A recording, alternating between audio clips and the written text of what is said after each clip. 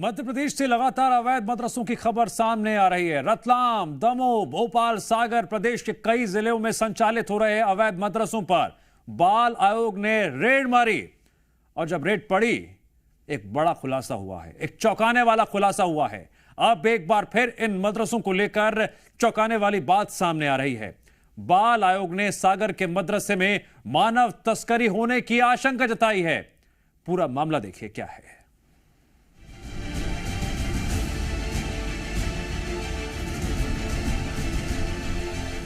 मध्य प्रदेश में संचालित हो रहे अवैध मदरसों को लेकर एक के बाद एक चौंकाने वाले खुलासे हो रहे हैं। अभी कुछ दिन पहले प्रदेश के एक मदरसे में 2 अनाथ बच्चे होने का मामला गरमाया था, तो अब सागर जिले के परसोरिया में संचालित अवैध मदरसे से मानव तस्करी की खबर सामने आई है।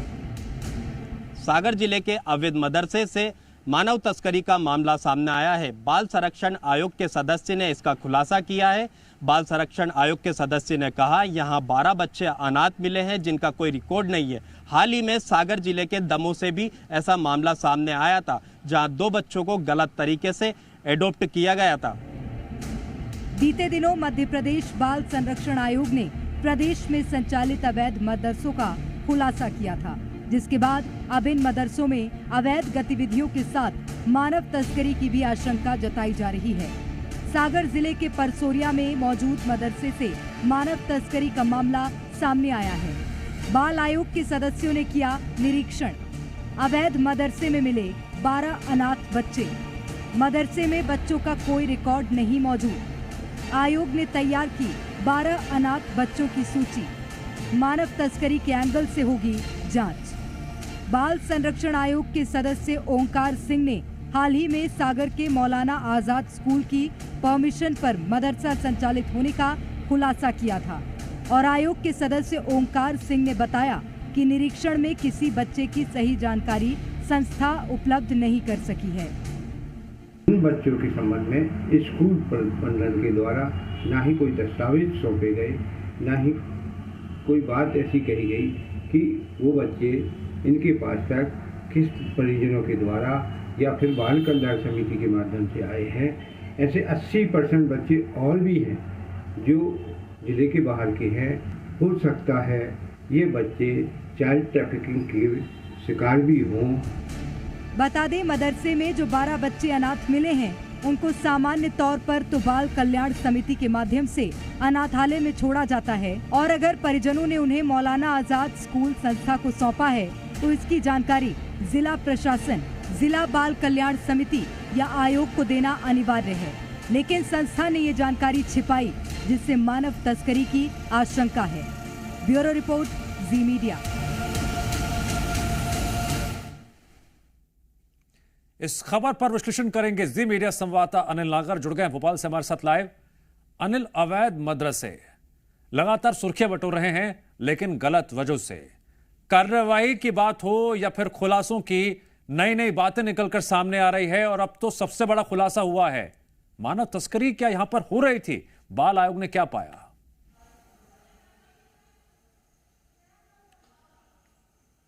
देखिए दिव्यांश, एक के बाद एक बाल संरक्षण आयोग हैरान कर देने वाला खुलासा कर रहा है। देखिए हाल ही में बाल संरक्षण आयोग ने सागर जिले के परसोरिया में पहुंचा था। वहां पर मौलाना आजाद नाम से संचालित एक स्कूल, जहां पर अवैध मदरसा संचालित किया जा रहा था। स्कूल की परमिशन पर यहां पर मदरसा संचालित किया जा रहा था, जहां पर निरीक्षण के दौरान आयोग ने पाया कि कई तरह की अवैध गतिविधियां यहां पर होती है। देखिए अब आयोग ने एक और आज बड़ा खुलासा किया है और बताया है कि यहां पर 12 बच्चे अनाथ मिले हैं।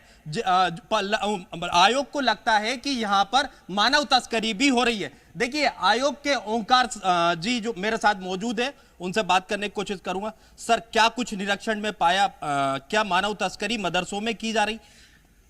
12 बच्चे ऐसे मिले थे जो ऑर्फन थे, जिनके माता पिता नहीं थे। कुछ सेमी ऑर्फन भी थे जिनकी माता माँ नहीं थी या पिता नहीं थे। ऐसे बच्चों के संबंध में हमने जानकारी ली तो हमें बताया गया कि बच्चे के संबंध में हमने पूछा ये कहाँ से आए, किन परिजनों ने इनको छोड़ा है, उनका नाम बताएं, या फिर बाल कल्याण समिति के माध्यम से आपके पास आए हैं, या बाल कल्याण समिति को इसकी सूचना है तो आप हमें उनकी जानकारी दें। प्रबंधन उस बात की जानकारी नहीं दे पाया। हमने उन बच्चों से पूछा भी आप यहाँ कैसे आए। बच्चों का ये कहना था कि हमें मौलाना बनना है, हम मौलाना बनने आए हैं। और ये सब बच्चों के थे।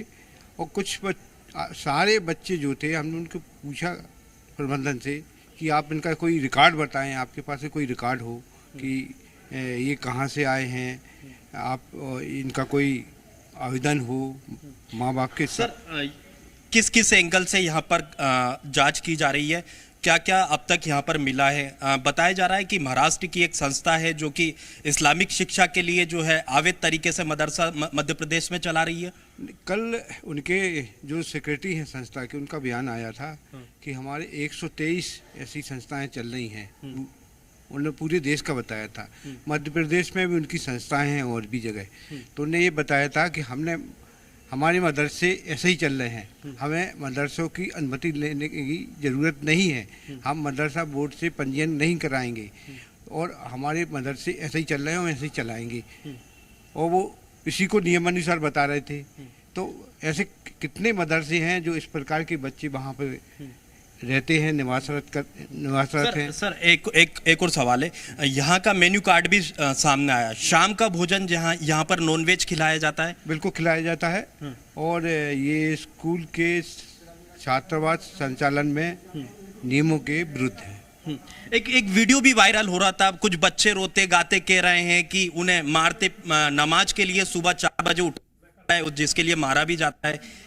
हाँ, एक वीडियो वायरल हुआ था, 4 वीडियो थे ऐसे, जिसमें बच्चे रोते हुए कह रहे थे नहीं रहना, हमें सुबह से जगाया जाता है। वाले ये खुलासे हैं। अब देखने वाली बात होगी कि कार्रवाई के लिहाज से आगे क्या कदम उठाए जाते हैं और क्या क्या बातें अंदर से निकलकर बाहर सामने आती हैं।